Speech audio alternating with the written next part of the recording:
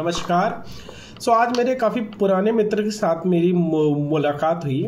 जब वो मेरे मित्र मेरी उनसे जब बात हुआ करती या उनके फ़ोन आते थे, वो तब कुछ नौकरी खोज रहे थे। उस टाइम पे उनके पास नौकरी नहीं थी।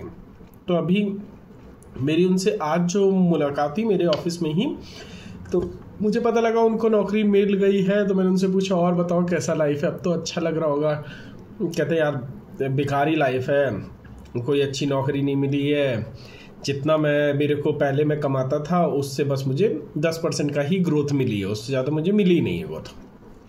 तो मुझे इसमें मैं वही सोच रहा था। फिर मैं सोच रहा था एक कहानी याद आई कि एक बार एक होता है कि एक फ़कीर होता है, वो राजा के दरबार में जाता है, अपना छोटा सा पात्र दिखाता है, कहता है मुझे भिक्षा चाहिए।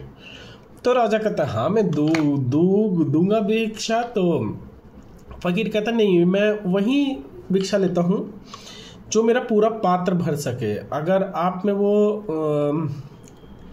कैपेबिलिटी नहीं है, आपका वो सक्षम नहीं है आप उसके, तो आप मना कर दीजिए, क्योंकि मैं आधी भिक्षा नहीं लेता हूँ। तो राजा दिखता है तो छोटा सा कटोरा टाइप का होता है, पात्र टाइप का। तो राजा ऐसे हंसता है, कहता है इसको मैं अन्न से नहीं भरूंगा, इसको मैं हीरे जवाहरात से भरूंगा। तो वो अपने मंत्री से सबसे कहता है चलो लेकर आओ। जब वो भरते हैं तो उसके अंदर जो डालो वो ख़त्म हो जाता है, वो दिखना बंद हो जाता है, वो गायब हो जाता है। फिर पात्र खाली हो जाता है, फिर वो डालते हैं, फिर पात्र खाली होता है। ऐसे करते करते करते राजा के पूरा जितना भी सेविंग था, जितना भी धान्य बचा हुआ था, अन्न तक दांव पे लग गया।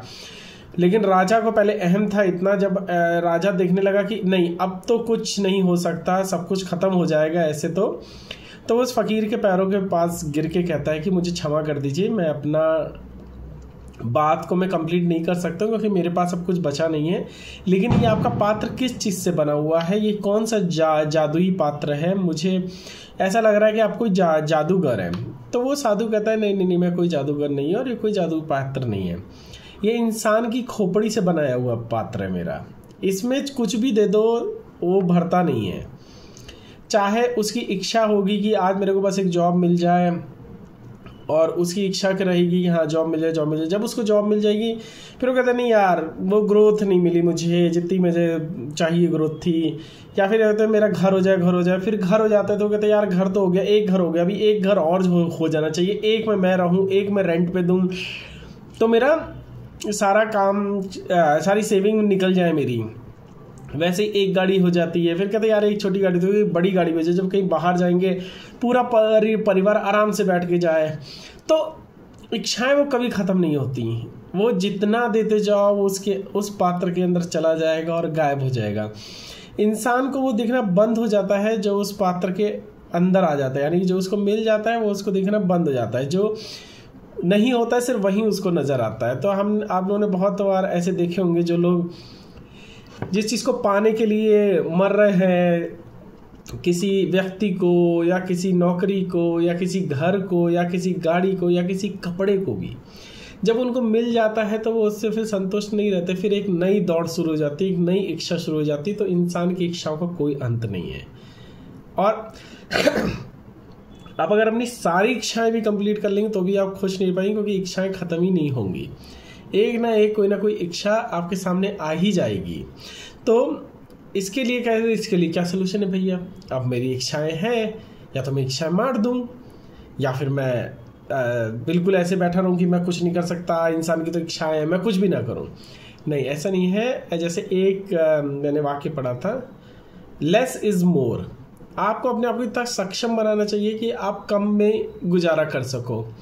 अगर आपको स्कूटर की नीड है तो आप साइकिल ले लो, यानी कि स्कूटर ही चाहिए अगर, तो आप ऐसे नहीं कि 4 लाख की बाइक ही ले रखी, जिससे आपका काम चले।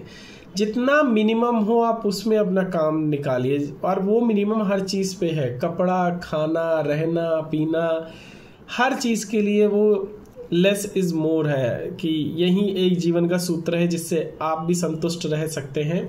और अपने आप को इस चीज़ के आदी बनाएं कि आप हर एक समय में अपने आप को संयम से रख सकें कि आज अच्छा वक्त है, आज आपके पास बहुत कुछ है, कल को अगर आपका वक्त बुरा होता है तो आपको कोई दिक्कत ना हो। कि आप उस वक्त में भी अपने आप को ढाल सकें और भगवान का शुक्रिया अदा कर करके वो जीवन व्यापन कर सकें। आपका शरीर, आपका मन हर एक संकट के लिए रेडी रहे। और इसके लिए एक डायोजनीन जो बहुत बड़े फ़कीर हुए हैं और सिकंदर और उनके जो मुलाकात हुई थी उस पर बहुत बड़ा प्रसन्न हुआ है। एक पूरी कहानी है, बहुत इंटरेस्टिंग कहानी है। और ये भी इसी कहानी का एक आगे का विस्तार है कि कैसे डायोजनीन ने अपनी नीड को पूरा ख़त्म ही कर दिया। एंड ही वाज लाइक कि आप स्वतंत्र तभी हैं जब आप अपनी नीड से स्वतंत्र हैं, जब आपको अपनी खुशी के लिए, अपनी नीड के लिए, अपनी ज़िंदगी व्यापन करने के लिए आपको किसी के ऊपर डिपेंडेंट नहीं रहना है। तो खुश रहने का सबसे बड़ा जो आपको करना है कि आप सेल्फ इंडिपेंडेंट रहें और जो कम से कम में आप अपनी ज़िंदगी को गुजार सकते उस कम से कम में गुजारिए। तो वो कहानी डायोजनी की कहानी मैं आपको नेक्स्ट कहानी में सुनाऊंगा। आज की कहानी यही है कि ये जो इंसान की नीड है, इच्छा है, वो कभी ख़त्म नहीं होती, ख़त्म नहीं हो सकती। वो आप जब एक से एक कंप्लीट करते जाओ, एक से एक बढ़ती जाएंगी।